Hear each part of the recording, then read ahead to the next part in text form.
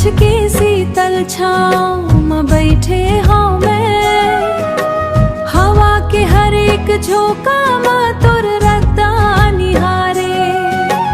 सूखा पान मन के खर हर मोर पैजन बाजे, मन मोर उड़त जाथे सो आकाश माया के, उड़त जाथे माया माँ।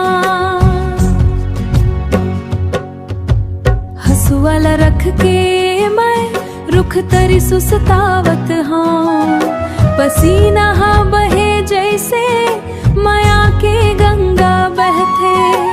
सामने हरियर धान के खेत हा लहरावथे, तुर सुरता माँ मोर जियरा डोलत है, तुर सुरता माँ।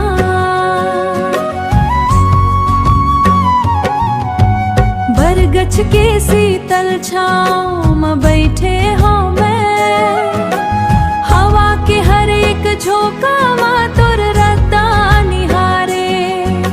सूखा पान मन के खर हर मोर पैजन बाजे, मन मोर उड़त जाथे सो आकाश माया के, उड़त जाथे माया माँ।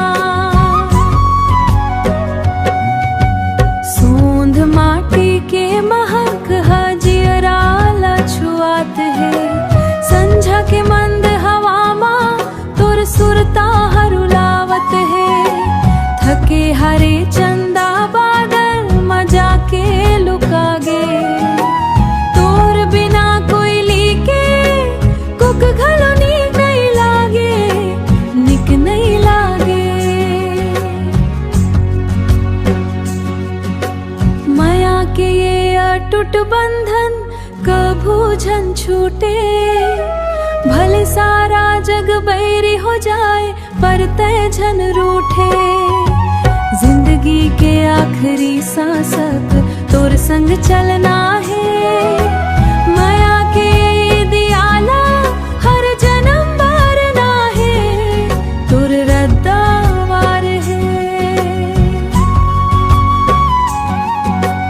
दिन बुढ़ गे बरगछ के तोर रद्दा निहार के, जल्दी नहीं आजा।